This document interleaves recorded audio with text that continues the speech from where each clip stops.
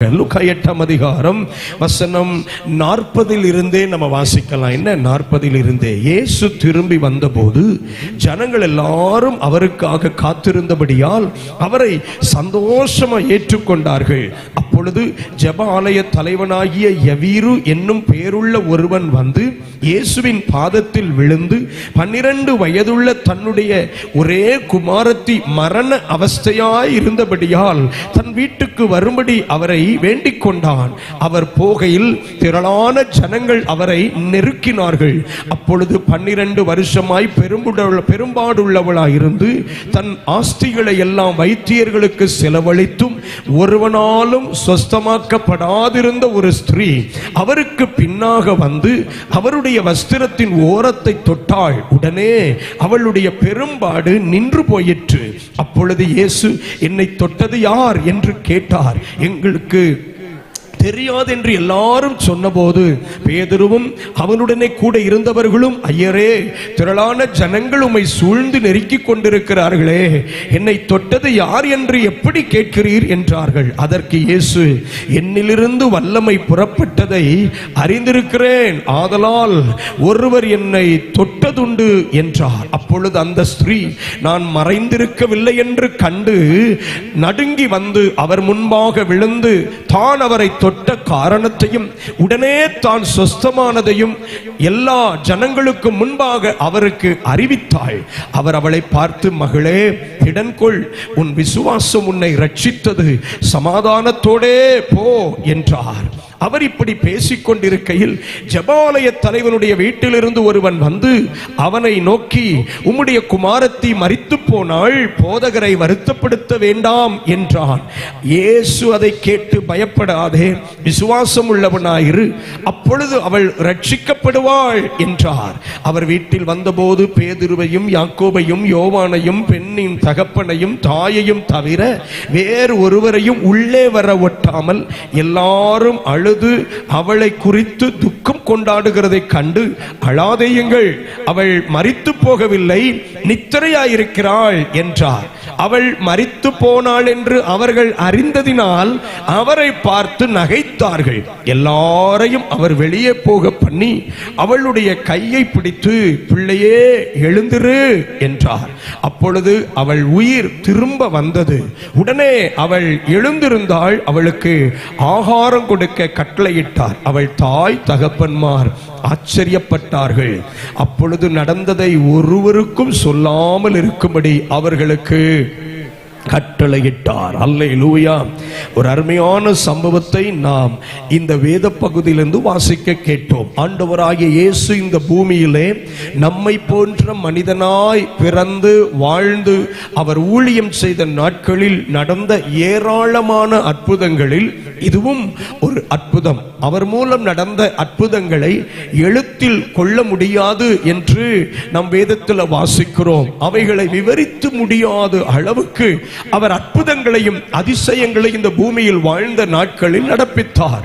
இன்றைக்கும் அந்த தெய்வம் நம் நடுவில் ஆவியாய் எழுந்தருள் இருக்கிறார். ஹல்லேலூயா. நீங்கள் அறியாத ஒருவர் உங்கள் மத்தியில் இருக்கிறார் என்ற வார்த்தையின்படியே நாம் அறியாத ஒரு தெய்வம் நம் நடுவில். இதுவரை அவரை நாம் பூரணமாய் அறியவில்லை. அவரை நாம் ஏதோ ஒரு சில பகுதிகளில் அறிந்திருக்கிறோம். நாம் அவரை இன்னும் முழுமையாய் அறியவில்லை. நாம் அறியாத ஒருவர் நம் நடுவில் இந்த இரவும் எழுந்தருள் இருக்கிறார். இந்த மைதானத்தில் வந்திருக்கிற ஒவ்வொருவருடைய வாழ்க்கையிலும் அவர் நிச்சயம் அற்புதங்களை செய்வார். இந்த சத்தம் பரவி போகிற எல்கைகளில் வாழ்கிற ஒவ்வொருவருடைய வாழ்க்கையிலும் இரட்சகர் இயேசு இன்றைய தினம் நிச்சயம் ஒரு அற்புதத்தை நடப்பிப்பார். அல்லேலூயா. இன்றைக்கு தேவ சமூகத்தில் நான் அமர்ந்து ஜெப நிலையில் காத்திருந்த போது இந்த வசன பகுதிகளுக்கு நேராக கர்த்தர் என்னை வழி நடத்தி இதிலிருந்து சில காரியங்களை நம்மோடு அவர் பேச விரும்பினதை அறிந்த போது நான் தேவனை ஸ்தோத்தரித்தேன்.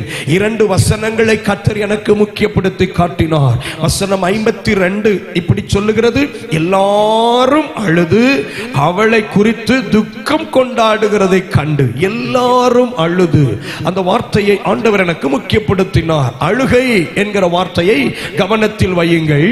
ஆமென். 56வது வசனத்தை பாருங்கள். அவள் தாய் தகப்பன்மார் ஆச்சரியப்பட்டார்கள். அவளுடைய தாய் தகப்பன்மார் ஆச்சரியப்பட்டார்கள். ஸ்தோத்திரம். இந்த இரவு ஆண்டவர் இந்த வசன பகுதியிலிருந்து நம்மோடு பேச இருக்கிற ஒரு தேவ செய்தியின் தலைப்பு அழுகையை ஆச்சரியமாய் மாற்றும் தேவன். அழுகையை ஆச்சரியமாய் மாற்றும் தேவன். இந்த ராத்திரி இந்த சத்தத்தை கேட்கிற நீங்கள் கிறிஸ்தவர்களாக இருக்கலாம், சபைக்கு போகிறவர்களாக இருக்கலாம், வேதத்தை அறிந்தவர்களாக இருக்கலாம். ஒருவேளை நான் ஆலயத்துக்கு போனதில்லை, இந்த வேதாகமம் எனக்கு தெரியாது, நீங்கள் சொல்லுகிற இயேசுவை கடவுள்களில் ஒருவராகத்தான் இதுவரை அறிந்திருக்கிறேன் என்கிற நிலையில் எப்படிப்பட்ட நபராக நீங்கள் இருந்தாலும் சரி, இந்த சத்தம் உங்கள் செவிகளில் விழுவதற்கு ஒரு நோக்கம் உண்டு. ஆண்டவராகிய இயேசு இன்றைக்கு மாலை சொல்லுகிறார், உன் அழுகையை நான் கண்டிருக்கிறேன், உன்னுடைய அழுகையை நான் கண்டிருக்கிறேன். I have seen your tears. நான் உன் கண்ணீரை கண்டிருக்கிறேன். ஆண்டவர் இப்படித்தான் எனக்கு சொல்லி இன்றைக்கு மாலை இந்த பிரசங்க பீடத்தில் என்னை நிறுத்தி இருக்கிறார். நீ இந்த வார்த்தைகளை இந்த ஜனத்துக்கு நேரே சொல்லு. நான் அழுகையை ஆச்சரியமாய் மாற்றுகிற தேவன், அழுகையை ஆச்சரியமாய் மாற்றுகிற தேவன். Your tears will turn into wonders. உங்கள் கண்ணீரை கர்த்தர் ஆச்சரியமாய் மாற்ற வல்லவராக இருக்கிறார்.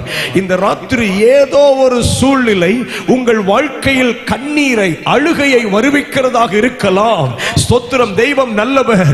ஏதோ ஒரு சூழ்நிலை நம்மை அழ வைத்துக் கொண்டிருக்கலாம். நீங்கள் விசுவாசிகளாய் இருந்தாலும் கூட, பல ஆண்டுகளாய் நம் சபைக்கு வருகிறவர்களாய் இருந்தாலும் கூட, சில விஷயங்களை நினைக்கும் போது நம்மால் கண்ணீர் வடிக்காம இருக்க முடியவில்லை.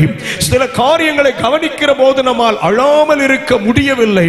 வேதத்தில் இருந்து நிறைய அழுகைக்கான காரணங்கள் இருந்தாலும் ஒரு 7 காரணங்களை நான் உங்களுக்கு வேகமாய் காண்பித்து கொடுத்து இந்த அழுகையை எப்படி கர்த்தர் ஆச்சரியமாய் மாற்றுகிறவர் என்கிறதை வேகமாய் உங்களோடு பகிர்ந்து கொள்ளும்படிக்கு விரும்புகிறேன்.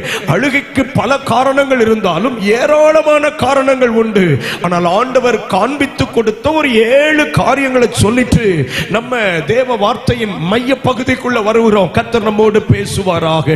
ஆதியாகமம் 21ஆம் அதிகாரம், ஆதியாகமம் 21ஆம் அதிகாரம் 16வது வசனத்தை நாம் வாசித்து பார்க்கிற போது ஆகாருடைய வாழ்க்கையில வந்த கண்ணீரை குறித்து நம்ம வாசிக்கிறோம். வேதத்தில் இப்படி பார்க்கிறோம். ஆதியாகமம் 21:16,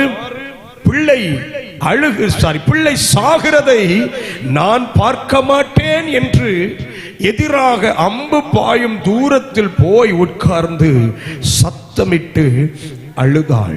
ஒரு மனிதனுடைய வாழ்க்கையில எப்போ அழுகை வரும்? ஏமாற்றங்கள் வரும்போது அழுகை வரும். ஏமாற்றங்கள் வரும்போது அழுகை வரும். கொஞ்சம் யோசித்து பாருங்க. இந்த சம்பவம் நமக்கு தெரியும்.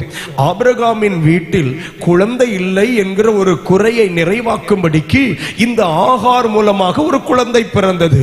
ஆபிரகாமுக்கு பயங்கர சந்தோஷம், ஆபிரகாமுக்கு பயங்கர மகிழ்ச்சி.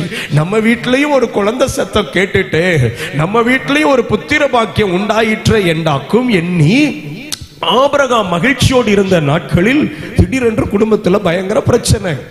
இப்போ ஆகார் வீட்டை விட்டு ஓடி போக வேண்டிய ஒரு நிர்பந்தம். ஆண்டவரே சொல்லிட்டார் ஆபிரகாமிட்ட, அந்த அடிமை பெண்ணையும் அவள் பெற்ற பிள்ளையும் அனுப்பிவிடுன்னு. சரி, அனுப்புனதே அனுப்புனார். ஏதாயிலும் கொஞ்சம் ஆதாரமா 4 ஆசீர்வாதங்களை கொடுத்து அனுப்பக்கூடாதா? ஒரே ஒரு துருத்தி தண்ணீரை கொடுத்து அனுப்பிட்டான். பாத்தீங்களா?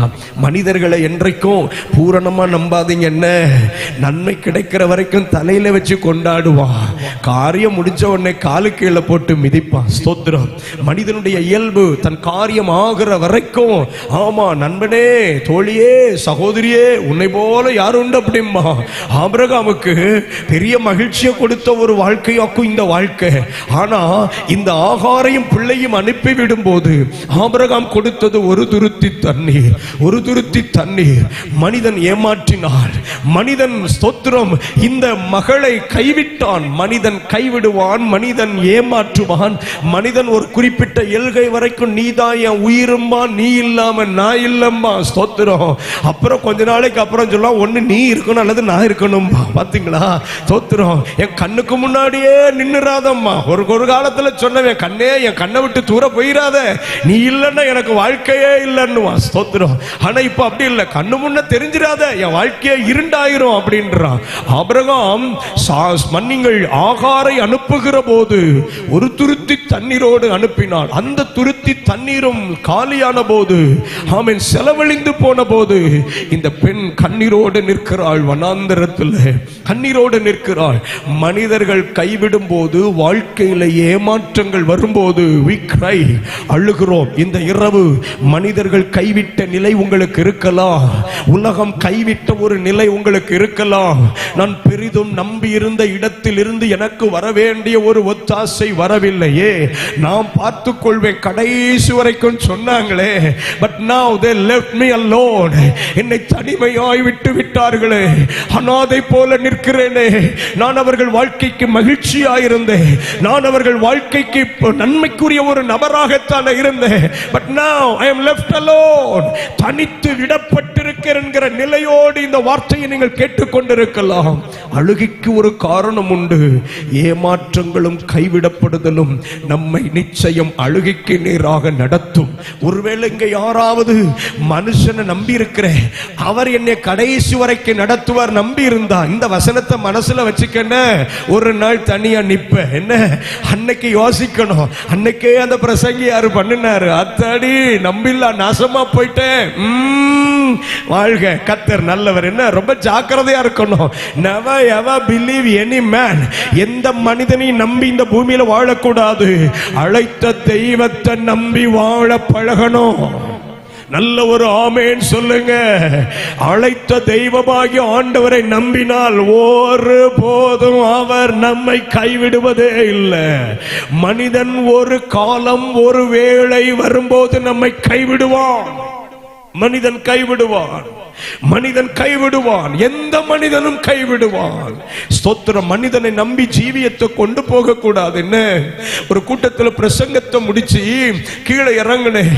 எனக்கு சாப்பாடு கொடுத்தாங்க. சாப்பிட்டுட்டு வந்ததுக்கு அப்புறம் அந்த சர்ச்சில் உட்கார்ந்து இருந்த ஒரு ஐயாவை பார்த்து, அப்பா சாப்பிட்டீங்களான்னு கேட்டேன். சிங்கிள் வேர்டு, அப்பா சாப்பிட்டீங்களான்னு.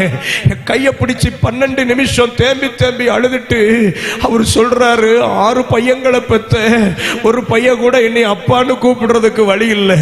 6 பையங்களும் வளர்த்தெடுத்தேன், 6 பையங்களுக்கு வேலை வாங்கி கொடுத்தேன், 6 பையங்களுக்கு நல்ல வீடு வாசல் வச்சு கொடுத்தேன், 6வது பையனை நான் இருந்த வீட்டுக்குள்ள வச்சேன்.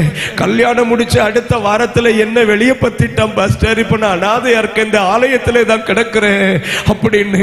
ஏனையா இப்படி இவ்வளவு துக்கமா இருக்கிறீங்க? ஒரு வார்த்தை தான் அவர் சொல்றாரு. நீங்க அப்பான்னு சொன்ன ஒரு வார்த்தை என் உள்ளத்தை உடைச்சிட்டுது. இதே ஆலயத்துல 12 வருஷமா கிடக்கிறேன். 6 பையங்களும் ஏன் எதுக்கு நினை விசாரிக்கிறதுக்கு வழி இல்லை. பாத்தீங்களா? 6 பையனையும் பெற்றெடுக்கும் போது அந்த அப்பா என்ன நினைச்சிருப்பாரு? அரசனை விட மேலான வாழ்க்கை வாழ போறேன்னு தானே நினைச்சிருப்பாரு. மனுஷன் கைவிடுவான், மனுஷன் கைவிடுவான். எனக்கு கஞ்சி ஊத்துவான்னு நினைச்சு பிள்ளைய வளர்க்காதீங்க. என்ன, அவன் வீட்டுக்கு அவன் கஞ்சி ஊத்துனா போதுமானது. என்ன, அவன் குடும்பத்தை அவன் காத்தா போதுமானது. தோத்திரம். தகப்பனே தாயே, கடைசி வரைக்கும் இவன் சோறு போடும் அவன் சோறு போடுவான் நினைக்காத. தோத்திரம். வாயில அரிசியை போடுறதுக்கு ரெடியா இருப்பான். ஆமா, சொத்தை மட்டும் எழுதி வச்சு அடுத்த நாள் கிழவா எப்ப போவன்னு கேட்க தொடங்கிடுவான். என்ன, மனுஷன் என்னைக்கும் கைவிடுவான், மனிதன் என்னைக்கும் கைவிடுவான். இந்த ராத்திரி எங்கேயாகிலும் இருந்து இந்த சத்தத்தை கேட்டுக் கொண்டிருக்கிற உங்க வாழ்க்கையில மனிதர்களால் கைவிடப்பட்டிருக்கிறேன், காயப்பட்டு நிற்கிறேன், எனக்கும் ஒரு எதிர்காலம் உண்டோ என்கிற கேள்வியோடு இருப்பீர்கள் என்றால், ஆகாரை வனாந்தரத்தில் சந்தித்து அவளுக்கும் ஒரு எதிர்காலத்தை கொடுத்து, மனிதன் கைவிட்டாலும் நான் உன்னை கைவிடுவது இல்லை என்பதை காண்பித்த இரட்சகர் இன்றைக்கும் ஜீவன் உள்ளவராக இருக்கிறார். இன்றைக்கும் ஜீவன் உள்ளவராக இருக்கிறார். இரண்டாவது, மனுஷன் அழுவதற்கு இன்னும் ஒரு காரணம் உண்டு பாருங்க. ஓசியாவின் புஸ்தகம் 12ஆம் அதிகாரம், ஓசியாவின் புஸ்தகம் 12ஆம் அதிகாரம் அதனுடைய 4வது வசனத்திலே ஸ்தோத்திரம், யாக்கோபு ஏன் அழுதார் என்பதற்கான ஒரு காரணத்தை அங்க தெய்வம் நமக்கு சொல்லி இருக்கிறார். ஓசியாவின் புஸ்தகம் 12வது அதிகாரம் அதனுடைய 4வது வசனத்தை நாம் கவனித்து பார்க்கிற போது ஓசியாவுடைய வாழ்க்கையிலே யாக்கோபுடைய வாழ்க்கையிலே ஒரு அழுகை ஆமா, அத ஓசியா அங்க குறிப்பிடுகிறார். ஆனா அவர் அழுதது ஆதியாகமத்தின் புஸ்தகம், ஸ்தோத்திரம், ஆதியாகமத்தின் புஸ்தகத்துல 32ஆம் அதிகாரத்துல யாக்கும் அவருடைய கண்ணீரும் அவருடைய அழுகையும் இருக்கிறது. ஆனா எப்படிப்பட்ட நிலையில் அவர் அழுதார், ஜெபித்தார் என்கிறதை ஓசியா 12:4 வாசிக்கிறோம். அவன் தூதனானவரோட போராடி மேற்கொண்டான், அழுது அவரை நோக்கி கெஞ்சினான். அழுது, he cried. யாக்கோபு என்கிற மனிதன் அழுதார் என்று வேதத்தில் பார்க்கிறோம். யாக்கோபு அழுதார். ஏன் அழுதாரா? ஆதியாகமம் 32ஆம் அதிகாரம் அதனுடைய 11வது வசனத்தில் இப்படி ஆண்டவரை பார்த்து சொல்றார், என் சகோதரனாகிய ஏசாவின் கைக்கு என்னை தப்புவியும், அவன் வந்து என்னையும் பிள்ளைகளையும் தாய்மார்களையும் முறிய அடிப்பான் என்று நான் அவனுக்கு பயந்திருக்கிறேன். யாக்கோபு அழுவதற்கு காரணம் என்ன? ஒரு பழிவாங்கும் ஆவி அவனுக்கு முன்பாக நிற்கிறது.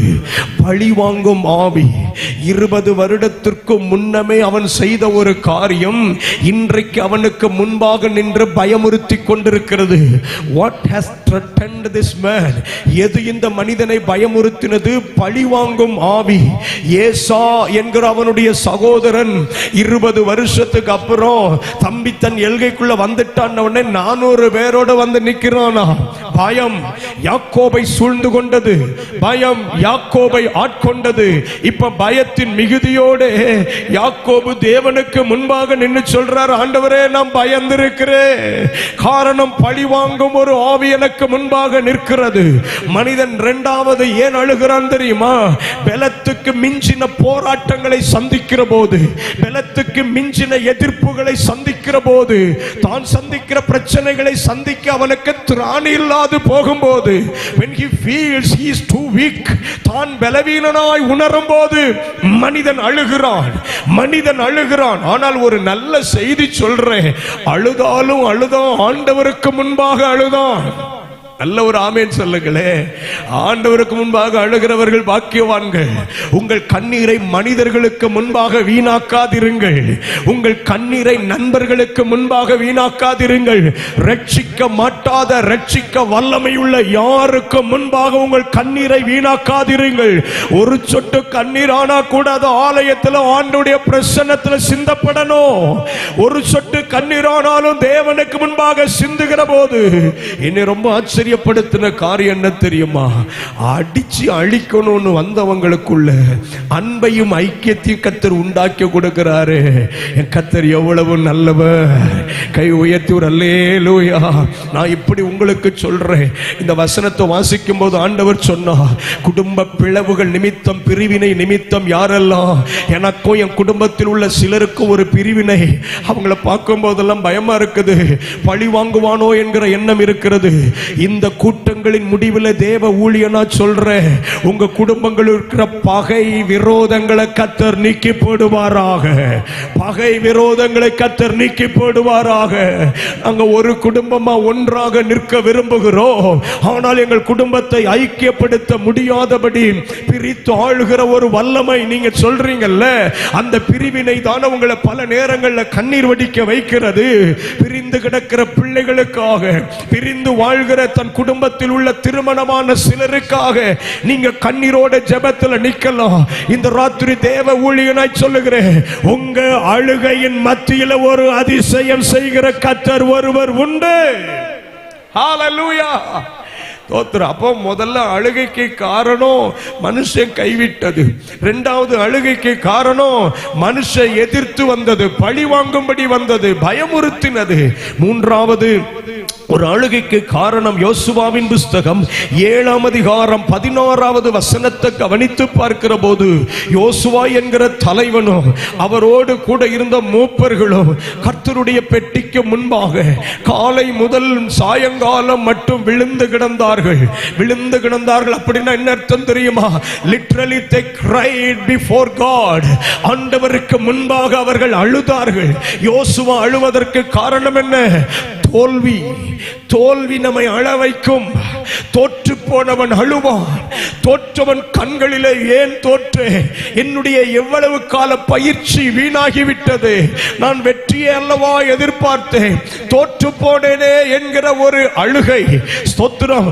வாழ்க்கையில் சில தோல்விகள் வந்ததால் அழுதிருக்கலாம். நீங்க சொல்லலாம், நானே ஒரு தோற்று போனவன் சார், இதுவரைக்கும் என் வாழ்க்கையில ஒரு காரியத்தில் நான் வெற்றி பெற்றதே இல்லை, தோல்விகளுக்கு மேல தோல்விகளை சந்தித்து துவண்டு போய் கிடக்கிறேன் நீங்க சொல்லலாம். அல்லது ஒரு குறிப்பிட்ட காரியத்தின் மேல வெற்றி பெற வேண்டும், வெற்றி பெற்றிருக்க வேண்டும். ஆமே, I'm not able to find out the reason behind. ஏன் இந்த தோல்வி, இந்த தோல்விக்கு பின்னாக இருக்கிற காரணங்களை அறிய முடியவில்லை என்கிற கேள்விகளோடு நீங்க இருக்கலாம். ஆனா இன்றைக்கு ராத்திரி பரிசுத்த தெய்வம் உங்களோடும் என்னோடு இந்த இரவில் பேசுகிறார். தெய்வம் நமக்கு சொல்லுகிற வார்த்தை, உன் தோல்வி நிமித்தம் வரக்கூடிய அழுகையையும் நான் மாற்ற முடியும். ஹல்லேலூயா. யோசுவாவும் அவரோடு இருக்கிற மூப்பரும் சாயங்காலம் மட்டும் அழுதார்கள். ஆண்டவர் தோல்விக்கான காரணத்தை காட்டி கொடுத்தார். பாருங்க, ரொம்ப நல்ல ஆண்டவர். நம்ம எப்பெல்லாம் தேவ சமூகத்தில் அழுகிறோமோ தோல்விக்கான காரணத்தை காட்டி கொடுத்தார். ஸ்தோத்திரம். 8வது அதிகாரத்தில் வெற்றி பெறுவதற்கான புதிய திட்டத்தையும் கற்றுக் கொடுத்தார். அப்போ நம்ம தேவ சமூகத்தில் வந்து அழுதா காரணத்தை காட்டி கொடுப்பாரு, காரியத்துக்கான புதிய ஆலோசனையை தருவார். நல்ல கையை உயர்த்துவர். அல்லேலூயா. ஏன் தோற்றேன்னு தெரியல, இந்த குறிப்பிட்ட பாடம் எனக்கு ரொம்ப டஃப்பா இருக்குது, ஐயோ வாழ்க்கை எளிதுன்னு நினைச்சேன், but I failed in life. வாழ்க்கையில தோற்று போயிட்டேன், நிறைய முதலீடு பண்ணினேன், என் தொழிலை நல்ல ஸ்தானத்துக்கு கொண்டு வரலாம் நினைச்சேன் பாஸ்டர், பட் ஐ ஃபெயில்ட். தோற்று போன ஒருவனாக இந்த செய்தியை கேட்டுக்கொண்டிருக்கிறேன், தோற்று போன ஒருவனாக நிற்கிறேன். என்னால எங்க குடும்பத்தில் யார் முகத்திலே விழிக்க முடியல, என் நண்பர்கள் முகத்தில் விழிக்க முடியல, நான் வீட்டுக்குள்ளே அடைபட்டு கிடக்கிறேன் என்கிறவர்கள் இந்த சத்தத்தை கேட்பீர்கள் என்றால், பரிசுத்த தெய்வம் இயேசு இரட்சகர் இந்த இரவு இந்த வார்த்தையின் வழியாக உங்க வாழ்க்கையை சந்திக்கிறார். தோல்வியினால் வந்த உங்கள் அழுகை மாறும். தோல்வியினால் வந்த அழுகை மாற்றப்பட முடியும். மனிதனுக்கு 4வது எங்கே அழுகை வரக்கூடும்? ஆமென், ஸ்தோத்திரம். மனிதனுக்கு 4வது எதனால் அழுகை வரக்கூடும்? ஆதியாகமம் 37ஆம் அதிகாரம், ஆதியாகமம் 37வது அதிகாரம் அதனுடைய 35வது வசனத்தை நாம் இப்படி வாசிக்கிறோம். யாக்கோபை குறித்து வேதம் சொல்லுகிறது, அவனுடைய குமாரர் குமாரத்திகள் எல்லாரும் அவனுக்கு ஆறுதல் சொல்ல வந்து நின்றார்கள், ஆனாலும் அவன் ஆறுதலுக்கு இடம் கொடாமல் நான் துக்கத்தோடே என் குமாரனிடத்தில் பாதாளத்தில் இறங்குவேன் என்றான். இவ்விதமாய் அவனுடைய தகப்பன் அவனுக்காக அழுது கொண்டிருந்தான். இங்க பாருங்க, அடுத்து ஒரு நபருக்கு எப்போ அழுகை வரக்கூடும் தெரியுமா? தலைமுறை பாதிக்கப்படும் போது ஒருவன் அழுவான். பிள்ளைகள் பாதிக்கப்படும் போது ஒரு தகப்பன் தாய்க்கு நிச்சயம் கண்ணீர் வரும் தெரியுமா? பலருக்கும் பாடம் கர்த்தர் யாரை வச்சு எடுப்பார் தெரியுமா? பிள்ளைய வச்சு பாடம் எடுப்பார். அல்லோ, இனி நல்லா கவனிக்கணும். என்ன இந்த வார்த்தை ரொம்ப முக்கியம். நான் ஒரு தப்பு செஞ்சா அடி எனக்கு விழுந்தா நம்ம தப்பு செஞ்சோம், ஆண்டவர் அடிச்சாரு, பரவாயில்லன்னு போயிருவோம். ஆனா நம்ம பிள்ளைக்கு ஒரு காரியம் நேர்ந்தா நம்ம உள்ள உடையும் இல்லையா, ஆண்டவர்கிட்ட போய் உட்காரும், ஆண்டவரே என்னையே நீர் தண்டிக்கல, ஏன் என் பிள்ளைய தண்டிக்கிறீர்? அவர் சொல்லுவாரு, எங்க அடிச்சா நீ அழுதுட்டு வருவேன்னு எனக்கு தெரியும்டே. அல்லேலூயா. சும்மா ஒன்ன பாதிச்சு ஒன்னையே கரெக்ட் பண்ணி அப்படிலாம் இல்லப்பா, நீ சரியா உணரணும்னா நம்முடைய வாழ்க்கையில கிடைக்க அரிய ஒரு பெரிய பொக்கிஷம் உண்டுன்னா கர்த்தர் நமக்கு தந்த பிள்ளைகள் தானே. எத்தனை பேர் ஆமேன்னு சொல்றீங்க? பிள்ளைகள் தானே கர்த்தர் நமக்கு தந்திருக்கிற பெரிய பொக்கிஷம் இந்த பூமியில. அப்போ தலைமுறை பாதிக்கப்படும் போது ஒரு தகப்பன் ஒரு தாய் கண்ணீர் விடுகிறார்கள். இந்த ராத்திரி சொல்றேன், பிள்ளை ரட்சிக்கப்படல, பிள்ளை கர்த்தர் அறியல, பிள்ளை இன்னும் ஸ்நானப்படல, பிள்ளை இன்னும் அபிஷேகம் பெறல, பிள்ளைய நான் கற்பத்தில் இருக்கும் போதே ஊழியத்துக்கு ஒப்பு கொடுத்தேன், பிள்ளை இந்த தரிசனத்தை புரிஞ்சுக்கல, நீண்ட கால கண்ணீரோடு நீங்க இருக்கலாம். இந்த சத்தத்தை கேட்கிற இயேசுவை அறியாத தேவ பிள்ளைகள், ஒருவேளை என் பிள்ளைகள் நினைச்ச பயமா இருக்குது சார், நெக்ஸ்ட் ஜெனரேஷன் நினைக்கும் போதே என் உள்ளம் பதறுது நினைக்கிறீங்கன்னா, அந்த கண்ணீருக்கு நிச்சயம் பதிலும் பலனும் ஆண்டவருடைய பாதத்தில் உண்டு. அல்லேலூயா. இந்த செய்தியை, இந்த சத்தத்தை கேட்கிற ஒவ்வொரு பிள்ளைகளுக்கும் சொல்றேன், ஜெபிக்கும் தாய்க்கும் ஜெபிக்கும் தகப்பனுக்கும் தப்பி நீ எங்கேயும் ஓட முடியாது. எங்க போனாலும் கர்த்தர் உன்னை பிடிப்பாரு. எங்க போனாலும் கர்த்தர் உன்னை பிடிப்பாரு. ஹலோ, பிள்ளைகளுக்காக நீங்கள் வடிக்கிற கண்ணீர் வீணாகும்னு ஒரு நாளும் நினைக்காதீங்க.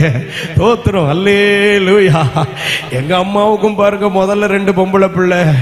எங்க அப்பா சொன்னாரு, 3வது பொம்பளை பிள்ளைன்னா உன்னையும் 4 பெண்ணையும் சேர்த்து மண்ணுக்குள்ள பூத்து விடுவேன்னு. இப்ப எங்க அம்மாவுக்கு பயங்கர பயம். அடுத்த வாரம் ஆலயத்துக்கு போனா பாஸ்டர் தேவான பத்தி பிரசங்கம். எங்க அம்மா கருவிலே உண்டாகும் முன்னாடியே வயிற்றுல கை வச்சு, ஆண்டவரே 3வது ஆம்பளை பையனுக்கு நான் ஸ்தேவான்னு பேர் வைப்பேன். எப்படி இருக்கு பாருங்களேன். ஆமா, உண்டாகும் முன்னமே பேர் வச்சாச்சு. தேவ கிருபையா அது ஒரு ஆண் கருவா கொடுத்து பெத்தெடுத்து வளர்த்தெடுத்து 2026 இன்னைக்கு உங்க முன்னாடி பிரசங்கம் பண்ண வச்சிருக்காரு. அவ்வளவுதான். அல்லேலூயா. ஆமா, எங்க அம்மாவுக்கு என்னன்னா ஊழியம் செய்வான், அவன் ஊழியம் செய்வான். தோத்திரம். 12th முடிச்ச உடனே எனக்கும் வேறு பல ஆசைகள், விருப்பங்கள். அப்போ எங்க அப்பா அப்படி இல்லை, ஒன்னும் ஆண்டவருக்கு ஊழியம் செய்யணும் அல்லது தென்னை மரத்து பக்கத்தில் நல்ல குழி தோண்டி ஓடி போய் படுத்துக்கணும். ஆமா, அதான் எங்க அப்பா. வாழ்ந்த ஆண்டவருக்குப்பா, உன்னை பெத்தது அதுக்கு தான். நான் எங்க அம்மா கிட்ட வீட்டுக்குள்ள போய் சொல்றேன், என்ன எதுக்கு நீங்க ஊழியத்துக்கு ஒப்பு கொடுத்தீங்க?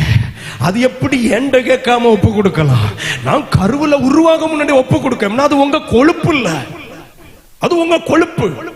பிறந்து ஒரு ஆம்பளை பையனை தெரிஞ்சு விவரம் தெரிஞ்சதுக்கு அப்புறம் என்கிட்ட ஒரு அனுமதி கேட்க வேண்டாமா? அது எப்படி நீங்க என்ன ஒப்பு கொடுப்பீங்க? அதெல்லாம் பைபிள் காலேஜுக்கு போக மாட்டேன், அதெல்லாம் படிக்க மாட்டேன். அம்மா கிட்ட, அம்மா ஐயா நீ வயிற்றுல உருவாக முன்னகிட்டிய இந்த கதையை சொல்லாதீங்க, வர்ற கோவத்துக்கு குடல்ல உருவனம் போல இருக்கு. அப்படி துடிச்சவன். தோத்திரம். அல்லேலூயா.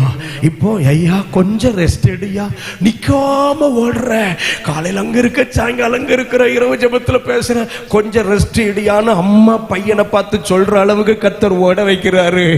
எதனால தெரியுமா? என் தாயுடைய கண்ணீர், என் தகப்பனாருடைய கண்ணீர், 2 பேரும் எனக்காக தேவ சமூகத்தில் வடித்த கண்ணீர் ஒரு நாள் வீணாய் போகவே இல்லை.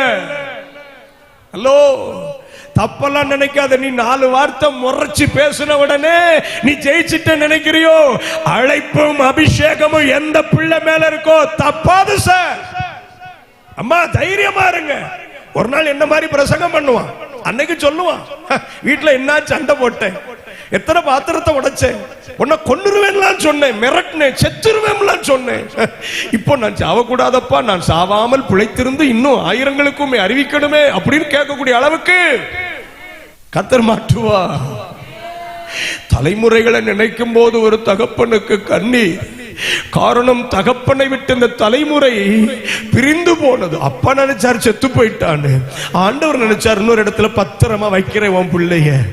உன்கிட்ட இருந்து நீ உருவாக்க முடியாத அளவு உன் மகனை நான் தனிச்சு கொண்டு போய் உருவாக்குவேனாக்கும் ஆண்டவர் யோசேப்பை கொண்டு போய் உருவாக்குனார். ஹல்லேலூயா. ஆண்டவருடைய அற்புத நாம மகிமைப்படுவதாக. தகப்பன் தாயுடைய கண்ணீர் ஒரு நாள் வீணா போகாதுன்னு தைரியமா நீங்க கண்ணீர் சிந்தலாம். பிள்ளைகளுக்காக தைரியமா பொருத்தனை பண்ணலாம், தைரியமா ஜெபிக்கலாம். அல்லேலூயா. தைரியமா ஜெபிக்கலாம். இந்த செய்தியை சமீபத்திலேயோ தூரத்திலேயோ ஆன்லைன்லயோ கேட்டுட்டு அழைப்பை விட்டு தூரம் போயிருக்கிற தம்பி தங்கச்சி, உனக்கு தான் ஆண்டவர் பேசிட்டு இருக்கிறார், உன்னோடு தான் கர்த்தர் இடைப்பட்டு கொண்டிருக்கிறார். நீ இந்த பூமியில பிறந்ததை ஆண்டவருக்காக வாழ்வதற்கு. ஆனா ஒண்ணு புரிஞ்சுக்கப்பா, காரியத்தின் கடை தொகையை பார்க்கும்போது கழுத கையில ஒன்னும் சேராது. பத்துக்க என்ன ஒன்னும் நிக்காது.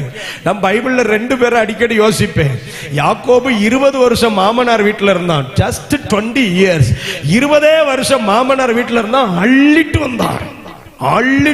மாமனை ஆடி போயிட்டாடு. இந்த மருமப்ப என்ன நீ பெருகிட்டு போறான்னு மாமனாரை ஆடி போயிட்டான். ஆனா மோசே 40 வருஷம் அவருக்கும் ஒரு மாமனார் இருந்தாரு. அவங்க மாமனார் ஆடு மேய்க்க வச்சாரு. ஆனா மோசே 40 வருஷம் ஆடு மேய்ச்சோம். பார்ட்டி திருப்பி வரும்போது ஒரு குட்டி கூட கிடைக்கல. பத்தீங்களா? நான் ஆட்டுக்குட்டியை சொன்னேன். என்ன? ஆமா, ஒத்த ஆட்டுக்குட்டி கூட கிடைக்கல.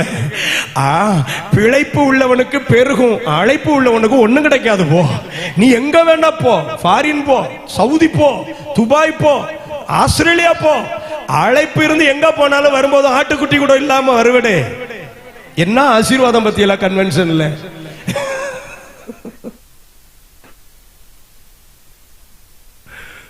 உன்ன சின்ன வயசுல கத்த தற்காத்தது, நீ வேலை செஞ்சு சம்பாதிச்சு குடும்பத்தை காப்பாத்தல்ல, அதுக்கல்ல. உன்ன அரண்மனையில உருவாக்குனது போல நேர்த்தியாய் படிக்க வச்சு உருவாக்குனது நீ வேலை செஞ்சு சம்பாதிக்கிறதுக்கு இல்லப்பா. நீ ஒரு கூட்ட ஜனத்துக்கு முன்பாக தெய்வீக தலைவனாக நிற்கணும்னாக்கும் தேவ திட்டம். அல்லேலூயா. யாரோட பரிசுத்த ஆவியானவர் தெளிவா இடைபடுகிறதை நான் ஆவியில பலமாக உணர்கிறேன். ராத்திரி ஆண்டவர் சொல்லுகிறார், சில பெற்றோருடைய கண்ணீர் அழுகைக்கு காரணம் தலைமுறைகள், பிள்ளைகள். ரொம்ப நல்ல பிள்ளை தூரம் கிடக்கும், அவ்வளவு வம்பு பிடிச்சதும் பக்கத்துல இருக்கு. அப்பாவுக்கு வாழ்க்கை எப்படி இருக்கும் யோசித்து பார்த்தீங்களா? தூரம் போக வேண்டியதெல்லாம் பக்கம் இருக்கு, பக்கம் இருக்க வேண்டியதெல்லாம் தூரத்துல கிடக்கு. அப்பா மேல உயிர் வச்சிருக்கிறவன் உயிருக்கு பயந்து எங்க கிடக்கும்? ஒரு உயிரை கொல்றதுக்கும் துணிஞ்சவன் அப்பா கூட கிடக்கான். இது மாதிரி பெற்றோருக்கு எத்தனை கண்ணீர், எத்தனை துன்பம் தெரியுமா? ஆனா இன்னைக்கு மாலையில் ஆண்டவர் சொன்னாரு, என் தகப்பன் தாய்மாருடைய கண்ணீருக்கெல்லாம் பதில் உண்டு. தைரியமா இருங்க, தைரியமா இருங்க. எந்த பிள்ளைக்காக அழுதீங்களோ அந்த பிள்ளையின் மேன்மையை காணாம கர்த்தர் உங்களை இந்த பூமியில இருந்து மாற்ற மாட்டாரு. அல்லேலூயா. எந்த பிள்ளைக்காக உபவாசம் இருக்கிறீங்களோ, எந்த பிள்ளைக்காக பொருத்தனை பண்ணிருக்கிறீங்களோ, அந்த பிள்ளை நீங்க நினைச்சதை விட இது ஒரு தீர்க்க தரிசன வார்த்தையா கர்த்தருடைய ஊழியம் நான் சொல்றேன். கர்த்தர் இந்த வார்த்தையை தீர்க்க தரிசனமாய் சொல்லுகிறார். எந்த பிள்ளைக்காக உன் கண்களில் கண்ணீர் வந்ததோ அந்த பிள்ளையின் மேன்மையை உன் கண் காணும். அந்த பிள்ளையின் மேன்மையை கண்கள் காணும். ஆண்டவர்ட்ட கேக்குறீங்களே, என்னையா இதுவரைக்கும் உயிரோட போட்டு வச்சிருக்கிறீர் ஆண்டவரே, நான் ஏன் இன்னும் சாகல? கர்த்தர் சொல்றார், பார்க்கணும்பா. எடுக்கிறதா இருந்தா என்னைக்கோ எடுத்திருப்பார் ஆண்டவர். பிள்ளைகளுக்காக கண்ணீர் வடிக்கிறதுக்கு மிகப்பெரிய பலன் உண்டு. அடுத்த தலைமுறை போகிற போக்க நினைச்சா ஊழியர்களாகி எங்களுக்கே பதறுது. ஆனா இன்னைக்கு சாயங்காலம் ஆண்டவர் என்னை தைரியப்படுத்தினார். பாஸ்டர்ஸ் ஊழியர்களுக்கு சொல்றேன், அடுத்த தலைமுறைக்காக நம்ம வடிக்கிற கண்ணீர் ஒரு நாள் வீணாகாது பாஸ்டர். இந்த தலைமுறையின் வாலிபர்களை இந்த தலைமுறையில நம்ம கையில கர்த்தர் கொடுக்க விரும்புகிறார்.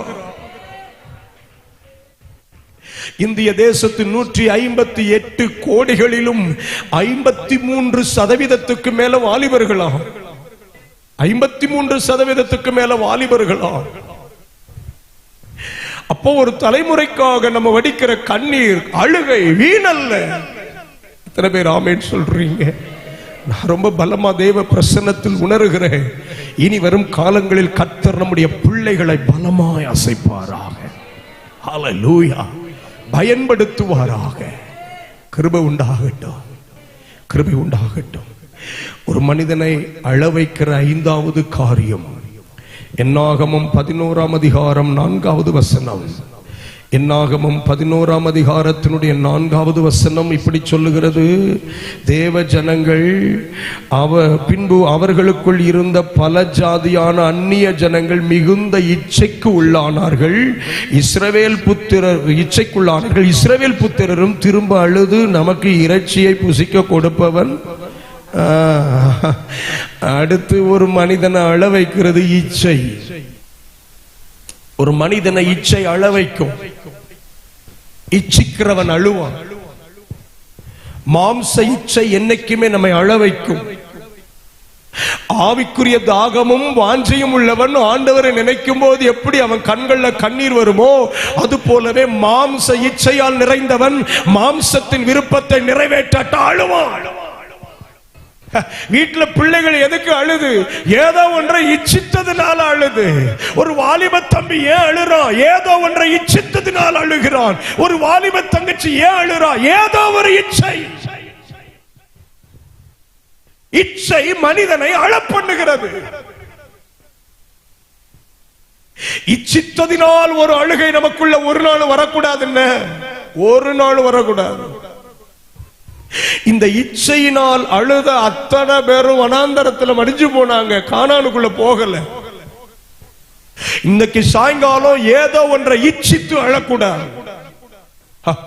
நான் பைக்கு ஓட்டணும், அந்த 2 லட்சம் ரூபாய்க்குரிய அந்த பைக்கை தான் ஓட்டுவேன். இதெல்லாம் பைக்கா, மாட்டு வண்டின்னு கூடாது. இதுக்கு பெட்ரோல் போடுறது கொண்ட துட்டில்லடே. இந்த வண்டிக்கு பெட்ரோல் போட வேண்ட துட்டு இல்ல. ஒரு லிட்டர் பெட்ரோலுக்கு 60 கிலோமீட்டர் கொடுக்கிற பைக்குக்கே உனக்கு துட்டு போட துட்டு இல்ல. ஒரு சட்டை எடுக்க உனக்கு துட்டு இல்ல. அப்பா அம்மா உழைச்சி எடுத்துற வேண்டி இருக்கு உனக்கு. அதெல்லாம் 2 லட்சம் ரூபாய் பைக்கு. ஒரு தம்பி என்கிட்ட சொன்னா, பாஸ்டர் நான் ஓட்டுனா புல்லட் தான் ஓட்டுவேன், என்னுடைய ஆசை புல்லட்ல ஓட்டணும் பாஸ்டர், சாக முன்னாடி புல்லட் ஓட்டணும். நான் சொன்னேன் புல்லட் ஓட்டுவேன், செத்துருவேன். என்ன ஆசீர்வாதம் பத்தியில. ஹலோ, இந்த ஆசை வந்து புல்லட் ஓட்டுறது. சாவ முன்னாடி ஏரோப்ளேன்ல போனோம், நீ போனதும் உன் கூட அவ்வளவு பேரும் செத்து போயிருவாங்களே. சாவ முன்னாடி போகணும், சாவ முன்னாடி சொல்லக்கூடாது. கர்த்தர் அனுமதிச்சா போவோம். பாதி பேர் ஆமேன்னு சொல்றீங்க, மீதி ஏறலாம் ஒரு மாதிரி முறைக்கிறீங்க. நான் எப்பவுமே முறைச்சா இன்னும் 30 தடவை சொல்லுவேன்னு வச்சுக்கிடுங்க. ஆமா, சாவ முன்னாடி அந்த கார் வாங்குவேன், சாவ முன்னாடி வாங்கின அன்னைக்கு செத்த பேருவேன். என்ன எழுதி வச்சுக்க, இன்னைக்கு அதை நோக்கமா வைக்க கூடாது. ஏதோ ஒன்றை இச்சையா, நீ இல்லாட்டா நான் செத்து போவேன். செத்து போடே, செத்து போடே. ஒரு அப்பா அம்மா என்கிட்ட வந்தாங்க, அப்படிதான் பாஸ்டர் இந்த பைக் வாங்கி கொடுக்காட்டா அவன் செத்து போவான், எங்களை மிரட்டுறான் பாஸ்டர். உங்களுக்கு தெரிஞ்ச ஏதாவது பைக் ஷோரூம்ல லோன்ல பைக் கொடுப்பாங்களா? என்ன பத்தியில பாஸ்டர் எதுக்கெல்லாம் யூஸ் ஆகுறாரு பாருங்க. அப்ப நான் சொன்னேன், நான் அந்த பையனை கொஞ்சம் பார்க்கணுவேன். அவன் வந்தான். நான் சொன்னேன், எடே நான் உங்க அப்பாவுக்கு என் போனை கொடுத்து விடுறேன், நீ எப்படி சாவறன்னு உங்க அப்பா வீடியோ எடுக்கட்டு. என்ன பைக்கு இல்லாட்டா சாவு வேணா சாவுன்னு சொன்னேன். நான் இன்னைக்கு வரைக்கும் சாகல. அவன் பைக்கும் இல்ல, சாகவும் இல்ல, வீட்டுல பிரச்சனையும் பண்ணல. அவன் பயன்படுத்துற துருப்பு சீட்டு இது. என்ன முழிக்கிறீர்கள்? கேட்டதெல்லாம் வாங்கி கொடுத்து பைக்கோட நொறுங்கிடுவான். 2 லட்சம் பைக்கும் போயிரும், பிள்ளையும் போயிரும். நஷ்டம் டபுள் நமக்கு. அது செத்து போனா சிங்கிள் தான், அழகா அடக்கம் பண்ணிட்டு வந்துடலாம். அடுத்தடுத்து செலவில்லைன்னு நினைச்சுக்கணும்.